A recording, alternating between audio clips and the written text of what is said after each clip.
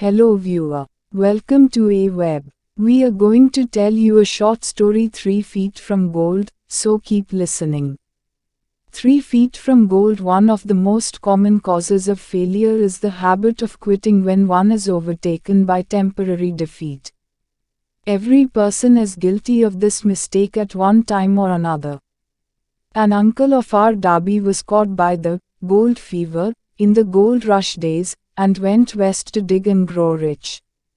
He had never heard that more gold has been mined from the brains of men than has ever been taken from the earth. He staked a claim and went to work with pick and shovel. The going was hard, but his lust for gold was definite. After weeks of labor, he was rewarded by the discovery of the shining ore. He needed machinery to bring the ore to the surface. Quietly, he covered up the mine, retraced his footsteps to his home in Williamsburg, Maryland, told his relatives and a few neighbors of the strike. They got together money for the needed machinery, had it shipped. The uncle and Darby went back to work the mine. The first car of ore was mined and shipped to a smelter. The returns proved they had one of the richest mines in Colorado. A few more cars of that ore would clear the debts. Then would come the big killing in profits. Down went the drills. Up went the hopes of Darby and uncle. Then something happened. The vein of gold ore disappeared. They had come to the end of the rainbow, and the pot of gold was no longer there. They drilled on, desperately trying to pick up the vein again, all to no avail. Finally, they decided to quit. They sold the machinery to a junk man for a few $100s, and took the train back home. Some junk men are dumb, but not this one.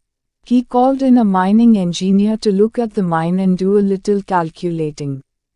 The engineer advised that the project had failed, because the owners were not familiar with fault lines.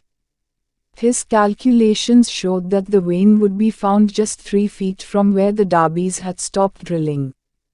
That is exactly where it was found. The junk man took millions of dollars in ore from the mine, because he knew enough to seek expert counsel before giving up. Most of the money which went into the machinery was procured through the efforts of our Darby, who was then a very young man. The money came from his relatives and neighbors, because of their faith in him. He paid back every dollar of it, although he was years in doing so. Long afterward, Mr. Darby recouped his loss many times over, when he made the discovery that desire can be transmuted into gold. The discovery came after he went into the business of selling life insurance.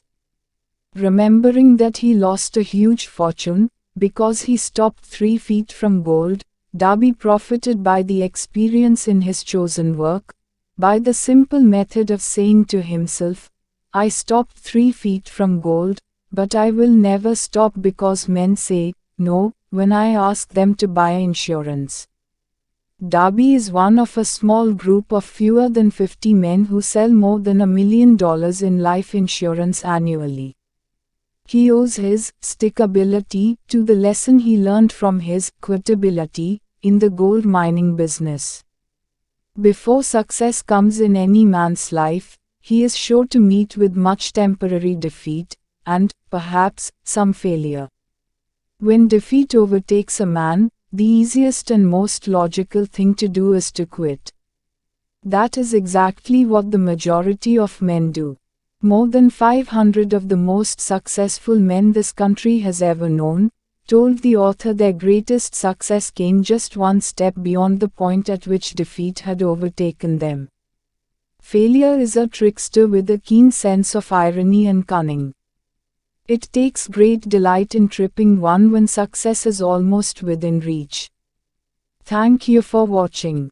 Please like, share, and subscribe to our channel and hit the bell icon. We'll meet you soon with new interesting story.